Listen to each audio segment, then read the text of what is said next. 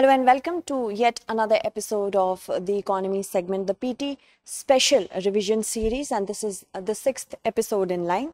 So please revise the previous episodes of art and culture, environment and economy as we are completing the rest of the segments. So the first topic of today is Blue Economy Policy Draft.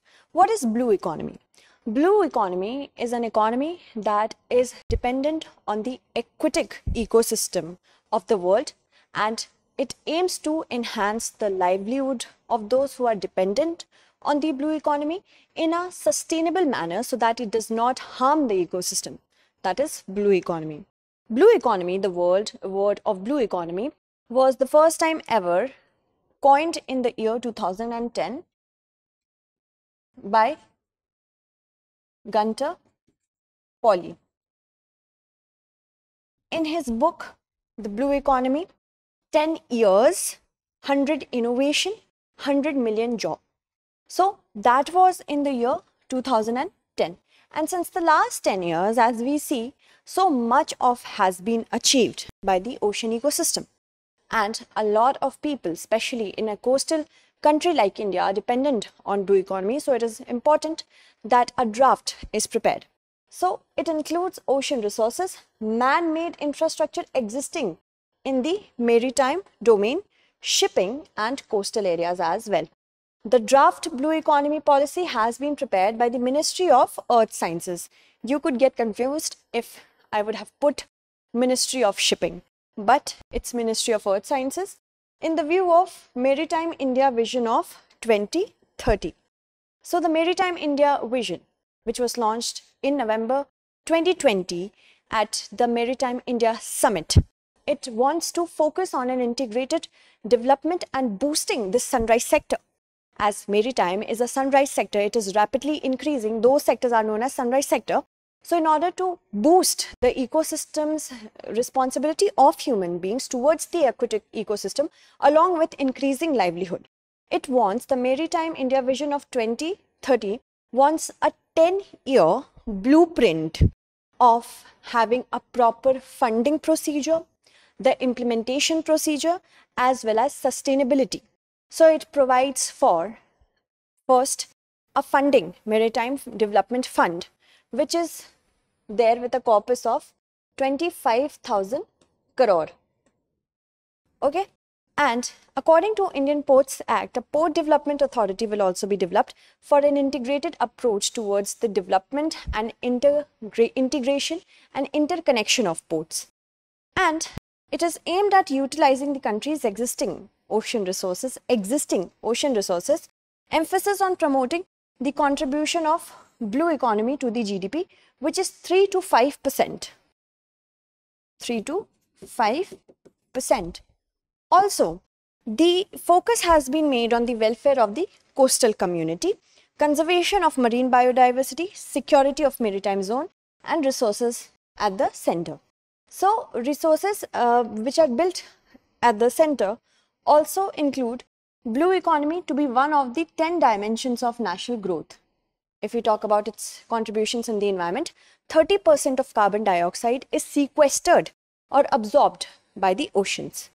And identification of 7 important areas in the policy include the first, National Accounting Framework for Blue Economy and Ocean Governance. So proper accounting framework should be undertaken in order to get the revenue and expenditure on blue economy along with ocean governance. And coastal maritime spatial planning and tourism as well, marine fishing, aquaculture and fish processing. These are the factors to be kept in mind. Also manufacturing, emerging industries, business, technology, services and skill development, logistics, infrastructure and shipping includes transshipments, coastal and deep sea mining and offshore energy is also included, and energy security, strategic dimensions and international relations. So as you can see, it is so multifaceted that every dimension is taken into practice apart from the military segment that is not undertaken under this. Okay, let's move forward and talk about reforms in labor codes. So the process of changing the rules of labor codes have been done, and the changes in the rules are related to the number of working days.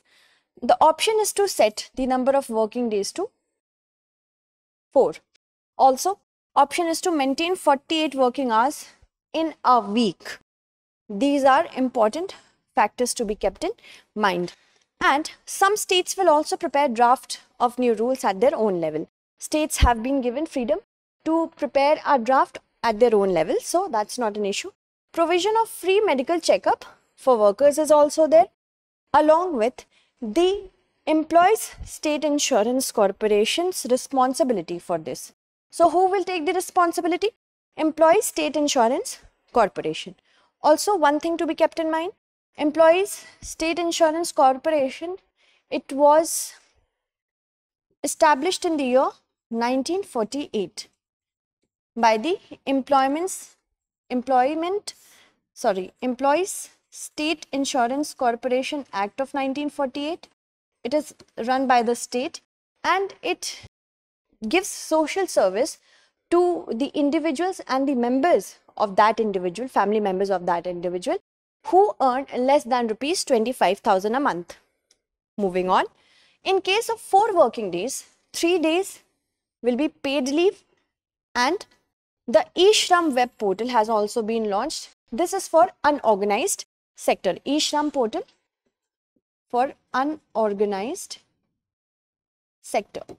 Because these workers, the unorganized sector laborers, they do not receive a well-structured social security net because they are out of the organized sector conventional ecosystem of employment. So that is why eShram portal has been launched in order for the unorganized sector workers to register themselves so that outreach programs can be dedicated towards them. Also, workers of unorganized sectors, I have discussed about it. Gig and platform workers and migrant workers will also be registered. Gig workers are those workers which do not enter into any contractual obligation with the employer. Like the conventional workers actually get into a contract, but gig workers do not.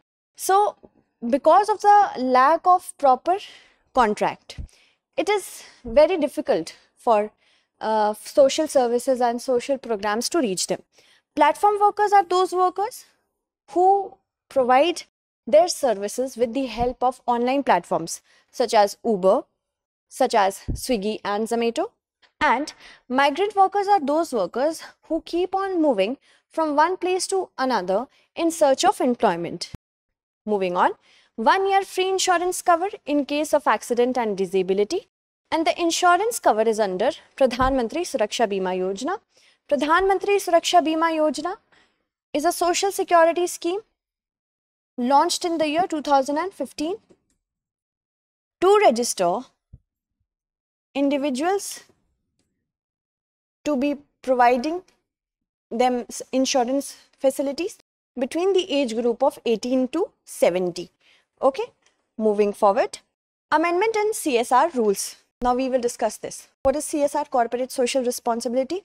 Corporate social responsibility is the responsibility of the private sector towards the society, and they help the society by providing some share of their profits to the society in order to benefit in different sections.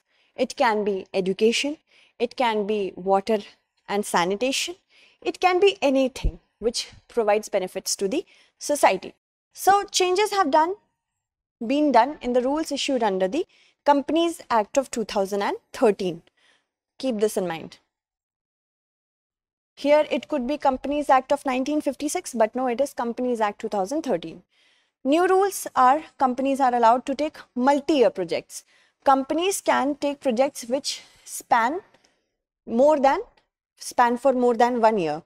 And registration of agencies who are implementing the CSR is also mandatory. Suppose I am a company and I have this amount of profit, rupees X amount of profit, and this is another agency. I will send this money to the agency and tell the agency to implement the profit or implement the funds given in health sector.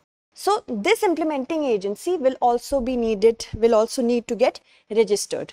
Moving on, corporate social responsibility, as I told you, fixed amount to be spent by company in social activities. Which companies? Those companies which have a net worth of rupees 500 crore or who have an annual turnover of rupees 1000 crore and profit of rupees 5 crore. So this is important for you as a fact to be remembered. And companies with CSR expenditure of rupees 10 crore who spend rupees 10 crore in CSR or above for 3 financial years, they also need to have an independent agency. Okay, 10 crore and above for 3 years, they have to have an independent agency. In case of impact assessment of CSR expenditure, companies will be able to calculate 5% of their CSR expenditure.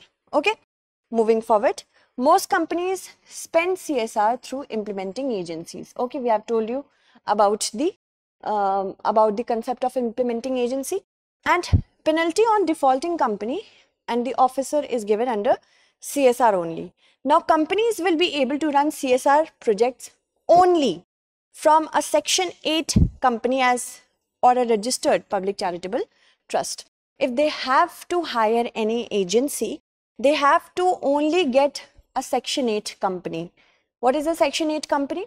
According to the Section 8 of the Companies Act of 2013, any company which works in the field of research, science, education, commerce, environmental protection, arts, etc., these are considered as Section 8 companies. Okay, let's move forward and talk about regulatory framework for NBFCs or non-banking financial companies. Non-banking financial companies are registered under the Companies Act of 1956. And these companies are mostly engaged in lending loans and advances. They cannot, not at all, accept demand deposit. They cannot withdraw a check on themselves. Also, the deposit insurance facility under the deposit insurance and credit guarantee scheme, this is not available in the terms of NBFC. Keep this in mind. They are only engaged in advancing, providing advances and loans. Okay. So objective for the regulatory framework for NBFCs are that protecting the financial system from any sort of financial threat.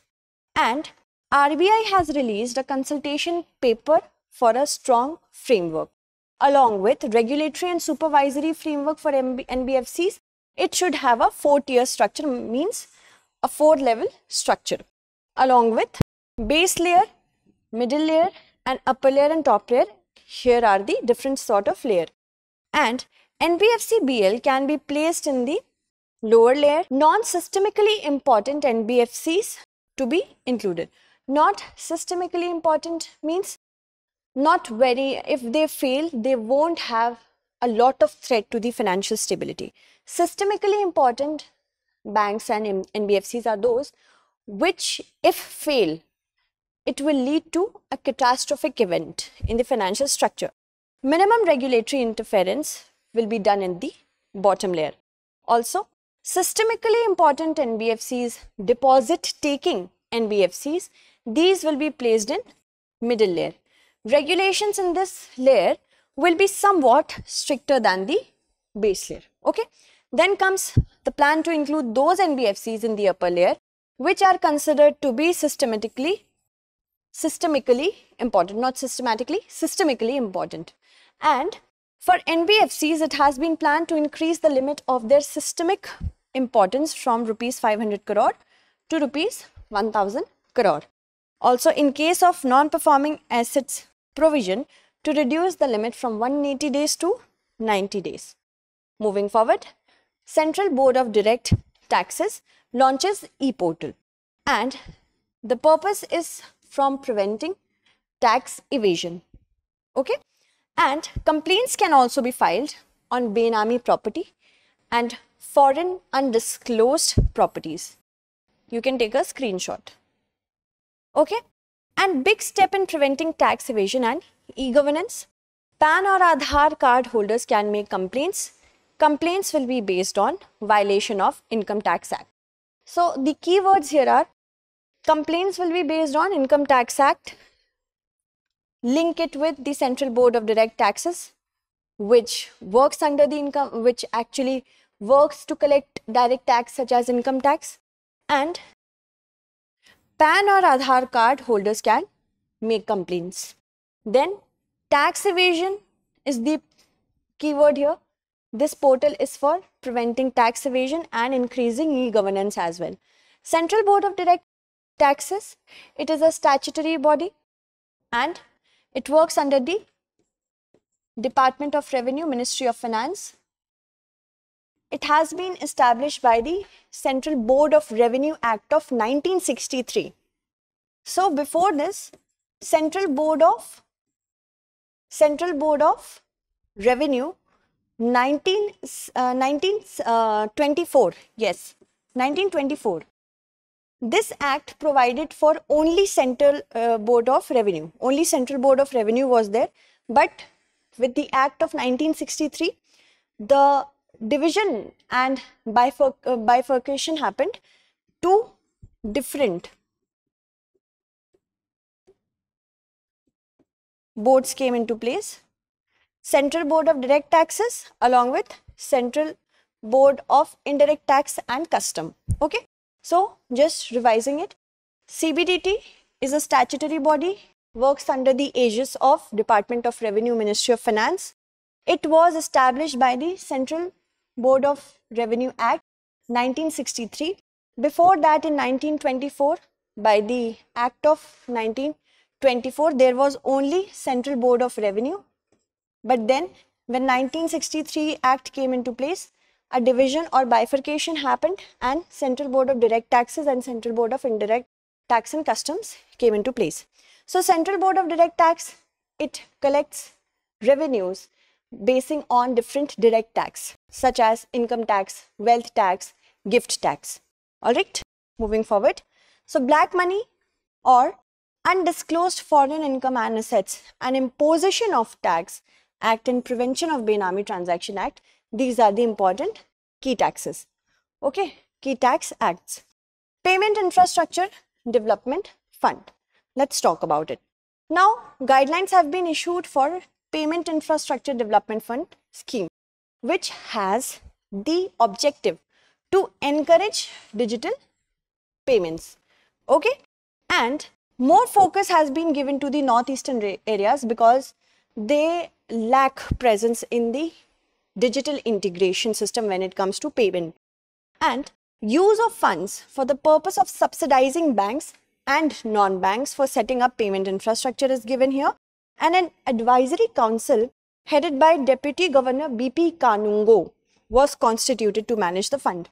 Remember this, Deputy Governor B.P. Kanungo is related to Payment Infrastructure Development Fund, and the fund is effective for 3 years from January 1st, 2021. Another important fact, 3 years, January 1st, 2021. Also, extension is possible for how many years? 2 more years. So, 3 plus 2, remember this. And also, if we talk about the corpus fund, it is rupees 345 crore and rupees 250 crore is given by the RBI and 95 crore by card network. Many payment acceptance tools and infrastructure supporting card payment are included. Okay, so keep this in mind, that tools to swipe cards or infrastructure for putting the card into the point of sale, everything is included. Other than that, what is infrastructure? Then these include point of sale, mobile point of sale, general packet radio service, public switched telephone network and QR codes. Primary goal or the target is to provide essential service to traders such as transport and hospitality, government payments, fuel pumps, PDS shops and health facilities. It is based on the 2011 census, and the population is divided into 6-tier centers. Moving on, let's talk about new umbrella entities. Now, private companies, they are trying to form new umbrella entities, and this will be an alternative to National Payment Corporation of India, which was established in the year 2008 by the Payment System and Settlement Act of 2007. It has been established by Indian Bank Association and RBI. Keep this in mind. Indian Bank Association and RBI. It is headquartered at Mumbai. So these are the certain facts. This is the umbrella payment and settlement system of India, National Payments Corporation of India. And the basic premise here is that the banks are trying to make an alternative to it by the name of new umbrella entities. And these will be establishing, managing and operating the new payment system. These may include ATMs, white label point of sale, Aadhaar based payment system, and also remittances. NUEs will also be instrumental in developing new payment methods, standards and technologies. Entities owned and controlled solely by Indian citizens originating NUEs, and at least 3 years of experience should be there in the payment segment to become a promoter. Moving on, Kochi-Mangalore natural gas pipeline. Let's discuss about it. So the inauguration of the natural gas pipeline has been done.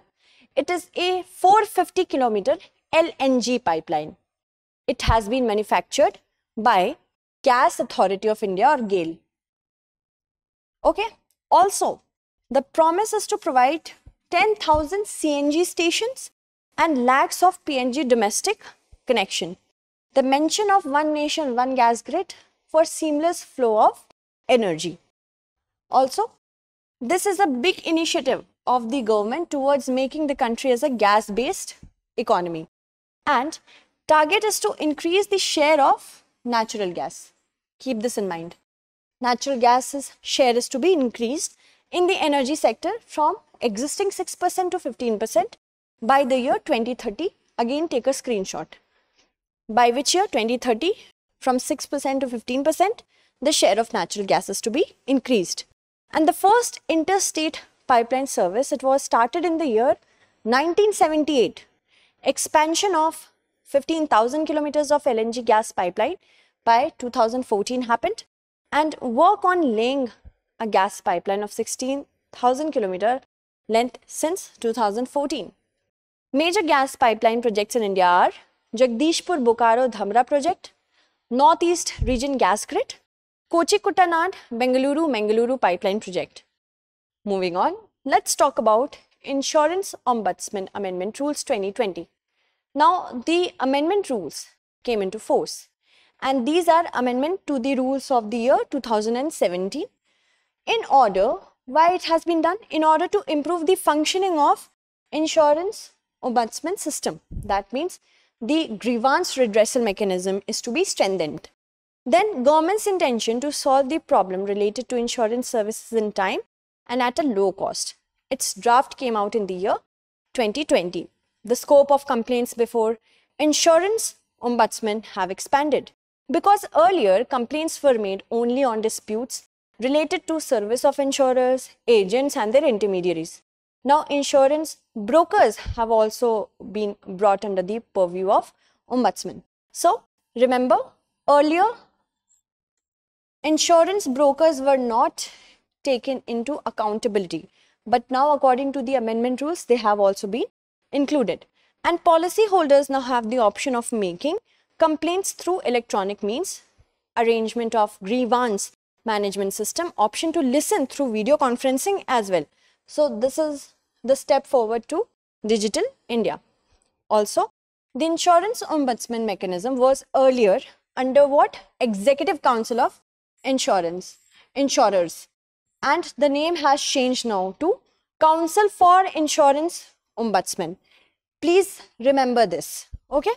And the Executive Council of Insurers constituted under the Insurance Ombudsman rules of 2017, That means one thing that we need to keep in mind is the amended rules do not have the mention of Council for Insurance Ombudsman. Which amendment has it? The rules of 2017. Don't get confused. Let's just try to understand the importance of facts here and try to understand the importance of revision and reiteration. So that's it for today. Tomorrow we shall meet again with another segment. Until then, stay updated and thank you so much for watching.